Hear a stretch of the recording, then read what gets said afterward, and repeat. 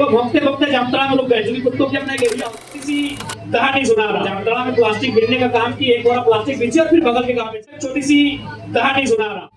एक लड़की थी, वो प्लास्टिक बीनने का काम करती थी। वो प्लास्टिक किसी मान के चलिए जामताड़ा है, तो जामताड़ा में वो प्लास्टिक बीनने का काम करती थी। तो जाहिर सी बात है, जब वो प्लास्टिक बीन रही तो बहुत सारे कुत्ते आसपास आकर उसको भौंकते थे। स्वाभाविक है, प्लास्टिक बीन रहे कुत्ते भौंक रहे हैं, तो अनुमान क्या होता है कि चलो उसको रिएक्ट करते हैं, यानी वो हमें भौंक रहा है तो हम ढेला मार देते हैं। अगर वो ढेला मारती तो फिर वो उसको काट भी खा लेता, यानी वो केवल भौंक रहा। तो लड़की ने ढेला नहीं मारा बल्कि कहा कि इसको भौंकने दो। वो जामताड़ा में प्लास्टिक बीनने का काम की, एक बोरा प्लास्टिक बीची और फिर बगल के गांव में चली गई। बगल के गांव में तो अब कोई भी एक्स कोई भी गांव मान ले, जामताड़ा से प्लास्टिक चुन के वो बगल के गांव में चली गई। और जो कुत्ते भौंक रहे थे वो भौंकते भौंकते जामताड़ा में रुक गए। क्योंकि कुत्तों की अपना एक एरिया होता है। अब वो चली गई अगले गांव में, वहां भी उसके साथ वही हुआ। कुछ कुत्ते वो फिर प्लास्टिक बीनने का काम कर रहे थे, कुछ कुत्ते भौंके।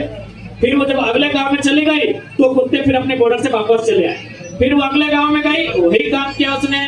कुछ कुत्ते फिर आए, फिर भौंके, और फिर जब वो अगले गांव चली गई प्लास्टिक का काम बीनने के लिए, तो फिर वो अपने बॉर्डर से लौट आए।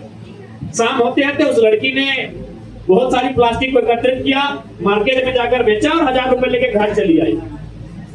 तो इससे क्या हुआ कि अगर वो पलट के रिएक्ट करती तो वो कुत्ता शायद उसको काट लेता, और आज वो प्लास्टिक से 1000 रुपए लेकर घर वापस गई, ये नहीं हो पाता। तो ये इसका मतलब ये है कि जब आप घर से बाहर जाओगे, तो जब आप गांव से जाओगे तो गांव में कुछ लोग क्रिटिसाइज करेंगे।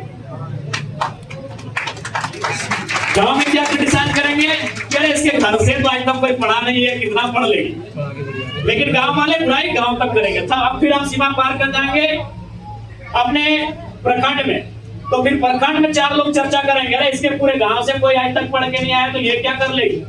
आप उस सीमा को पार करके जिला में चले जाएंगे।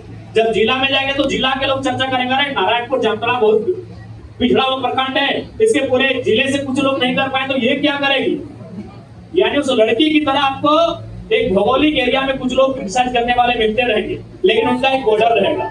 जो लोग गांव में क्रिटिसाइज करेंगे फिर वो शहर जाकर क्रिटिसाइज नहीं करेंगे, शहर में आपको नए क्रिटिसाइज करने वाले लोग मिलेंगे। तो आपको उस लड़की की तरह अगर अनसुना कर दिए, अगर रिएक्ट नहीं किए, तो वो लड़की 1000 रुपए लेके शाम को घर आ गई थी।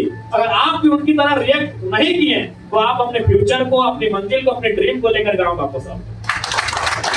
अगर आप रिएक्ट करेंगे, रिएक्ट करना मतलब उलझ जाना। अगर आप रिएक्ट किए, अगर आप उलझ गए तो फिर आपको उल्टा चोट लगेगा, आपकी हानि होगी। इसलिए आपको रिएक्ट नहीं करना है। जिंदगी में कभी कभी उतार चढ़ाव आते हैं, क्रिकेट की गेंदों की तरह बाउंसर मिलता है, कभी कभी डक कर जाना चाहिए, हर बॉल पे छक्का मारना जरूरी नहीं है। तो जीवन में जब भी आपकी ऐसी चुनौतियां आएंगी तो कभी कभी आपको उन चीजों को रिएक्ट नहीं करना होगा। आपको मुस्कुराते हुए, हंसते हुए